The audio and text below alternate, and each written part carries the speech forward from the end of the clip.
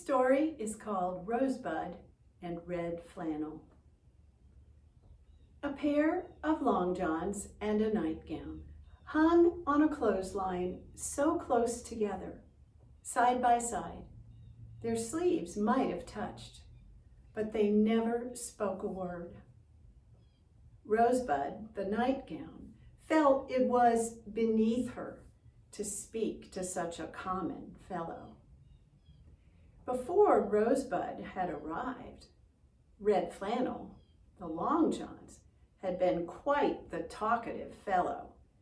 He had always entertained the whole line of laundry every wash day with his acrobatic antics and his jokes.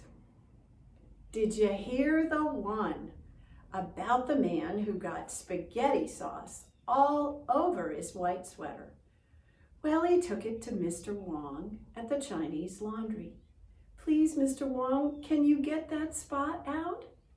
I will try, said Mr. Wong. Come back in a week. So the man came back. So sorry, said Mr. Wong. I couldn't get the stain out, but my brother too has a laundry. I gave your sweater to him. Maybe he can get it out. Come back in another week. So the man came back. Mr. Wong sadly returned the sweater to the man. So sorry. My brother couldn't get the stain out either. Two Wongs can't make white. Ha! Well, the laundry wrapped itself around the clothesline, laughing at Red Flannel's joke. They thought it was hysterical. But now, Red Flannel found himself too shy to speak in the presence of such beauty, now that Rosebud had arrived. He would throw his legs over the clothesline and twirl round and round, but Rosebud just ignored him. The sheets, the towels, and the pillowcases tied themselves in knots, laughing. Now, Rosebud would speak to the embroidered tablecloths and the tea towels. She would chat with the silk blouses. But she did not encourage familiarity. She remembered the gentle, gnarled hands that had stitched her together. And she remembered the soft French voices that had sung as they tacked her lace to her collar and cuffs. Au clair de la lune, mon ami Pierrot, prête-moi ta plume pour écrire un mot. Ma chandelle est morte, je n'ai plus de feu. Ouvre-moi la porte, pour l'amour de Dieu. How do I find myself among such peasants? Cried Rosebud. I was meant for a lady's life. Still, Rosebud knew that beauty was not improved by bitterness, and so she looked for something good every day. Today, it was the way she looked hanging on the line against the bright blue late January sky.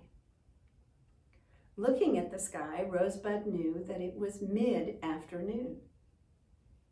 Soon the mistress would come and take them down from the line and put them in the big wicker basket to bring inside to fold and sort. But the mistress did not come. The blue sky filled with little white clouds. Where was the mistress? It was getting late. Now, the little white clouds turned dark, and snowflakes, like fat, wet feathers, began to fall.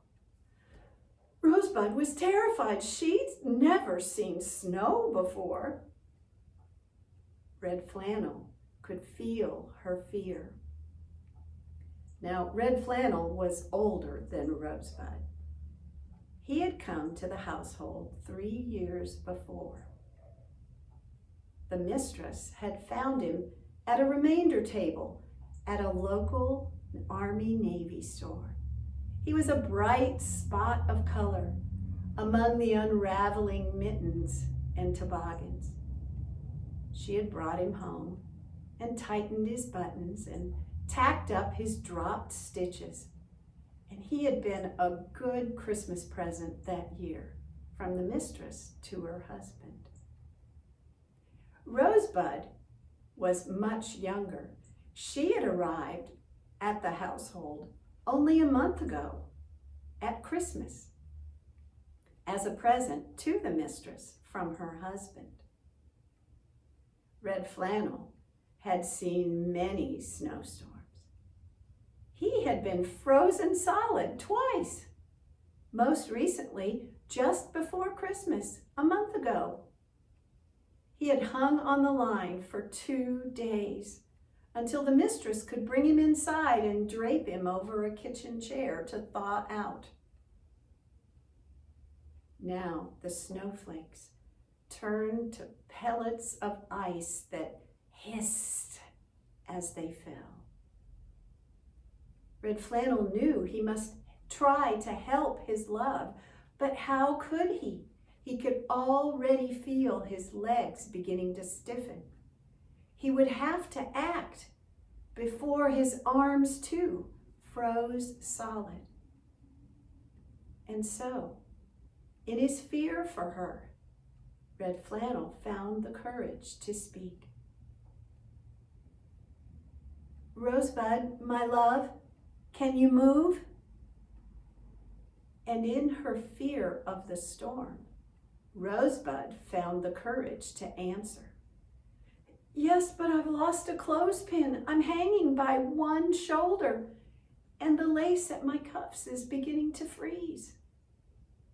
"Listen, my love, when next the wind blows, you must lean toward me as far as you can.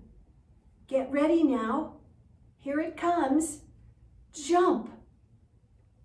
The wind blew the clothespin off Rosebud's other shoulder, and she fell into the Long John's arms.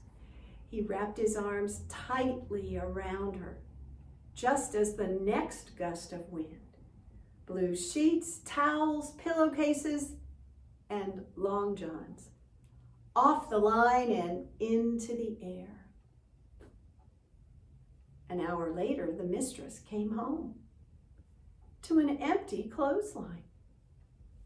She and her family searched for the lost laundry, but all they ever found was the gingham tablecloth draped over a neighbor's doghouse. Rosebud and Red Flannel had landed in a farmer's meadow 2 towns over. All winter long, they lay wrapped in each other's arms under the snow. When spring came and the snow melted, Rosebud found that her heart as well had thawed. This rough fellow was a true gentleman.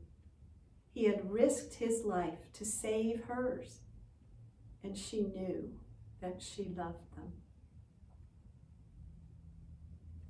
Moo! They awoke to find themselves surrounded by cows.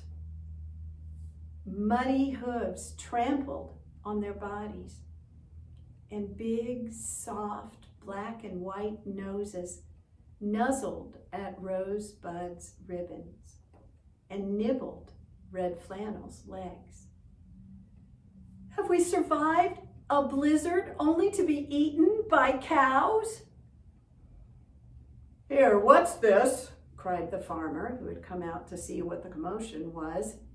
"Get off there, Floss. Move away, Bess." What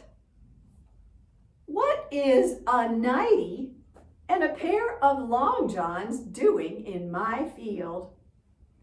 Well, the farmer knew what to do. He brought them to his wife. She washed them and stuffed them with hay and gave them backbones of wood, discarded broom handles. And then she set them to wave over her kitchen garden, Red Flannel to flap among the corn stalks, and Rosebud to float over the cabbages. Now, they talked all day and into the night. "Red Flannel, my love, tell me a joke." "I will. Did you hear the one about the guy who washed his ink pen in the pocket of his favorite blue shirt?" "Oh dear." "Well, of course, the wash was ruined ink on everything. But it turned out okay after all, because he put the wash through again, only this time he added a bottle of whiteout." "Rosebud, sing me that song about the cabbages." "Bien sûr, mon amour. Savez-vous planter des choux à la mode, à la mode? Savez-vous planter des choux à la mode de chez nous? On plante avec les jambes à la mode, à la mode. On plante avec les jambes à la mode de chez nous." And so they sang and laughed and danced and floated and talked under the hot yellow sun and the cool silver moon, separated by the garden, but heart to heart. And that's the story of Rosebud and Red Flannel.